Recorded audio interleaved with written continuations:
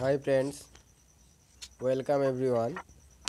তো ফ্রেন্ডস, আজকে আমরা 3 ফুট হাইট এবং 18 ইঞ্চি বা 1.5 ফুট চওড়া, মানে ওপরের যে পেতেনটা হবে ওটা চওড়া হবে 18 ইঞ্চি, এটা টুল বানাবো বা বানাচ্ছি।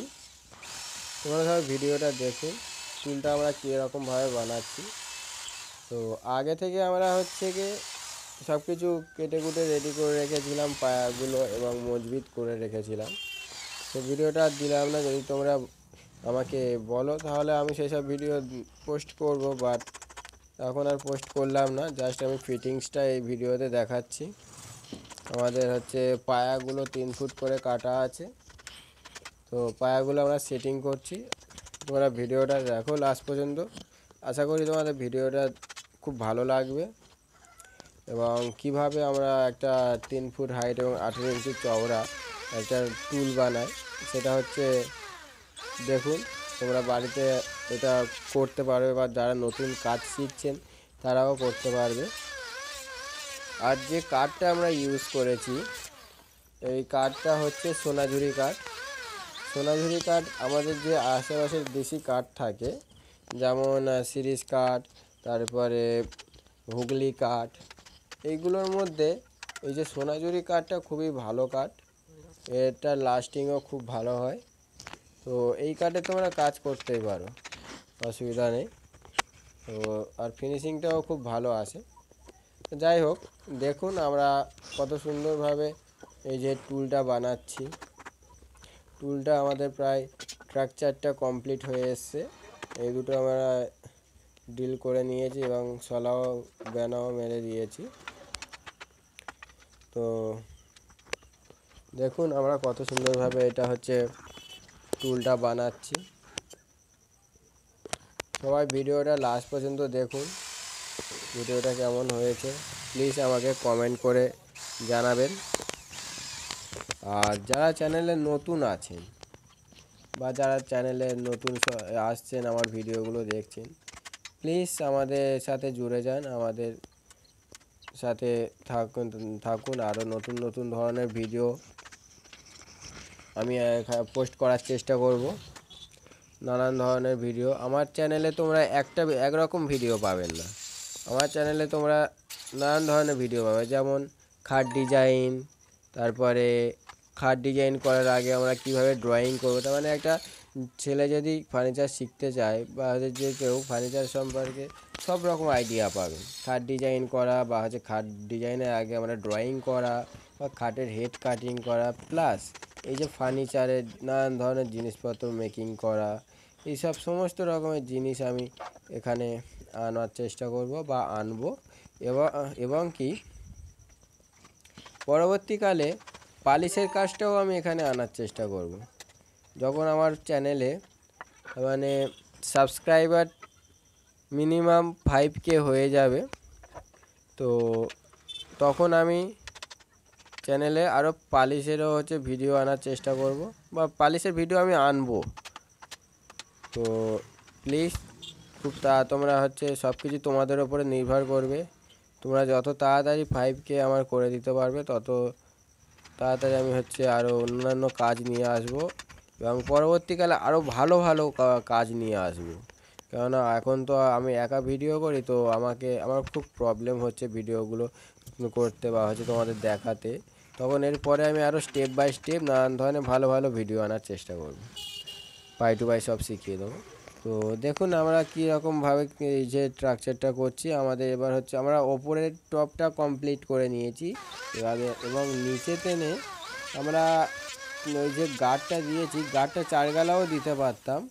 তো 4 গালা দিলেও ভালো হতো 4 সাইডে, বাট দেখুন নিচে আমরা 4 সাইডেই দিয়েছি। পরে আমরা এই 2 সাইডে কাঠ লাগিয়ে দিয়েছি, কেননা নিচে টেনে তোমরা তক্তা দিয়ে একটু নানান ধরনের জিনিসপত্র রাখতে পারবে। তো এই টুলটা একটু আলাদা ধরনের হচ্ছে। তো দেখুন কত সুন্দর এই টুলটা লাগছে, তাই না? নিচে তোমরা পরবর্তীকালে একটুখানি কাঠ ফাট দিয়ে কিছু রাখলে, কোনো যন্ত্রপাতি রাখলে তার জন্য ব্যবস্থা করে দিয়েছি। মাঝখানে মিডিলে একটা কাঠ দিয়েছি, কাঠ দিয়ে হচ্ছে উঠতে পারবে। তো এবং ওই যে মিডিলে, টপের মিডিলে আমি একটা কাঠ মেরে দিচ্ছি। কাঠটা মারছি এই কারণেই, এমনিতেও আমি কাঠটা না মারলেও ওপরে তক্তা মেরে দিতে পারতাম, বাট মাঝখানে কাঠটা মেরেছি এই কারণে আমার জিনিসটা প্রচুর মানে খুব মজবুত হয়ে গেল। ওই জিনিসটা এতটাই মজবুত হলো যে ওখানে ওর ওপরে তুমি যতই লোড চাপাও না কেন অসুবিধা হবে না। যার জন্য আমি মাঝখানে হচ্ছে ওই কাঠটা দিয়েছি। তো আমাদের স্ট্রাকচার তো কমপ্লিট হয়ে গেছে। এইবার আমরা কী করছি, তক্তাগুলো আমরা 18 ইঞ্চি কেটে নিয়েছিলাম আগে থেকে। তো এবার এইগুলো এখন হচ্ছে আমরা পেরেক দিয়ে সেটে দিচ্ছি, সব পেরেক দিয়ে সারছি। এমনি আমি ডাইরেক্ট এগুলো মেরে দিচ্ছি, বাট এগুলো ড্রিল করে মারলে খুব ভালো হয়, কেননা ফেটে যাওয়ার চান্স থাকে। যারা নতুন নতুন কাজ করবে তারা একটুখানি ড্রিল করে মারার চেষ্টা করবে।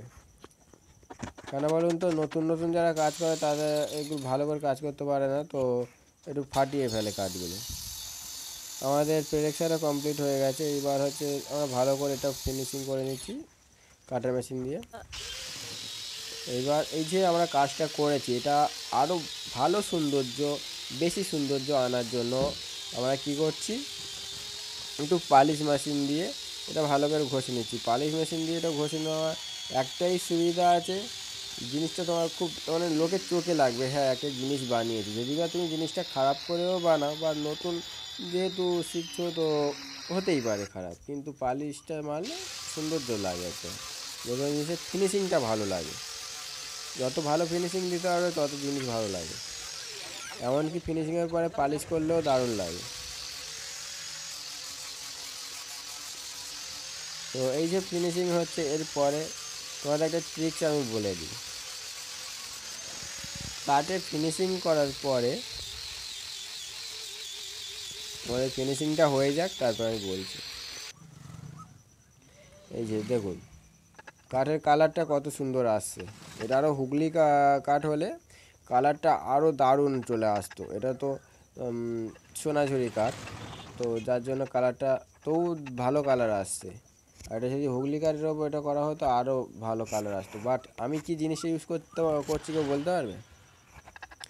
আমি কিন্তু কিছু ইউজ করি, দেখুন কত সুন্দর কালার এসছে। আমি কিন্তু কিছু ইউজ করিনি, আমি জাস্ট ওই কাঠের উপর ডিজেল একটু ইউজ করেছি, একটু ডিজেল মেরে দিয়েছি। দিতে হচ্ছে আমার কাঠের কত সুন্দর একটা শেপ এসছে দেখতে পাচ্ছেন, যেন মনে হয় পালিশ করা কাঠটা, কিন্তু আদৌতে পালিশ করা নয়। তো দেখুন এই যে আমাদের টুল মেকিং করা কমপ্লিট হয়ে গেছে। আশা করি তোমাদের ভিডিওটা খুব ভালো লাগবে। আর যারা চ্যানেলে নতুন আছে প্লিজ চ্যানেলের সাথে সবাই জুড়ে যান। তো যাই হোক, এতক্ষণ ধরে তোমাদের ভিডিওটা দেখার জন্য অশেষ অশেষ ধন্যবাদ। আর পরবর্তী ভিডিও আমি শীঘ্রই আনার চেষ্টা করব।